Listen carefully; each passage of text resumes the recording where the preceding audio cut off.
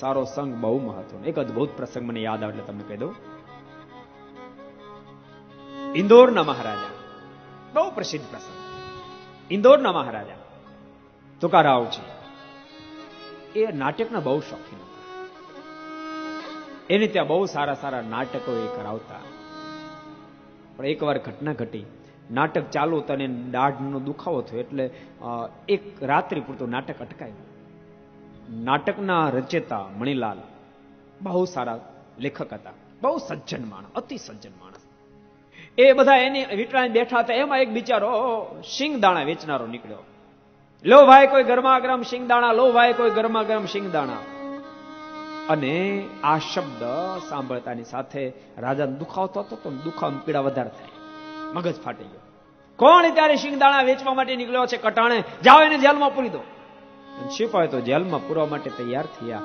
પણ સારો સંગ મણિલાલ, મહાન સજ્જન વ્યક્તિ, એને તરત ઉભા થઈ મહારાજાને વંદના કરીને કહ્યું, માલિક આપ એને જેલમાં પૂરી દેશો. એ શિંગદાણા વેચનારો તો એકલો છે, પણ એના ઘરમાં ખાનારા 12 જણા હશે. માલિક રાજા તો એને કહેવાય રત્નનું રક્ષણ કરે. આપ એને જેલમાં પૂરશો તો 12 જણા ભૂખ્યા મરી જશે. આપણે કોણ મહારાજા કે છે? આપણી મહારાજાની ઊંચાઈ જે છે એને ડાઘ લાગશે. અને તુકારાવજી એ વાતને અટકાવી. બીજે દાડે કચેરી જ્યારે ભરાણે, બીજે દાડે એનો જન્મદિવસ હતો. બધા એનું સ્વાગત કરવા માટે, એને શુભેચ્છા આપવા માટે આવ્યા હતા. એ જ વખતે પેલા શિંગદાણા વાળાને પણ બોલાયો. શિંગદાણા વાળો આવ્યો, એને સમાચાર મળી ગયા હતા કે આવી રીતે રાજાનું ફરમાન થઈ ચૂક્યું હતું. મણિલાલભાઈ રોક્યા, પણ ફરી વાર બોલાવ્યો. ધ્રુજતો આવ્યો. કાલ કદાચ ઓર્ડર સ્ટે થયો, પણ આ સ્ટે ઉડી ગયો હોય. સભામાં બેઠો, શિંગદાણા લઈને આવો જેમ કીધું. શિંગદાણા લઈને આવ્યો. અને શિંગદાણા ગણો કેટલા છે?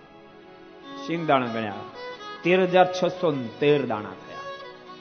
અને એ જ વખતે મહારાજાના મોઢામાંથી શબ્દ નીકળ્યા, આની 13,613 રૂપિયા અત્યારે મારી તેજરીને આપી દો અને એને પોશાક આપો.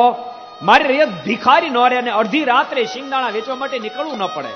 અને આટલા શબ્દ સાંભળતાની સાથે પેલો શિંગદાણો ઉભો થયો અને મહારાજાને પગ પકડી લીધા. મહારાજા આપે તો મારા પર બહુ મોટી મહેર કરી.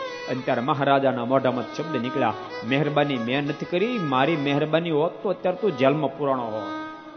મહેરબાની તો મણિલાલની છે, એની સજ્જનતાએ આ તને પુરસ્કાર અપાયો છે. એટલે ભક્તો, દાસના દાસ રહેવું હોય, જેને સરળ જીવન જીવવું હોય, એને સજ્જનનો સંગ સેવવો. જે વ્યક્તિ એને સાચે માર્ગે દોરી જાય એવા વ્યક્તિના જોગમાં રહેવું.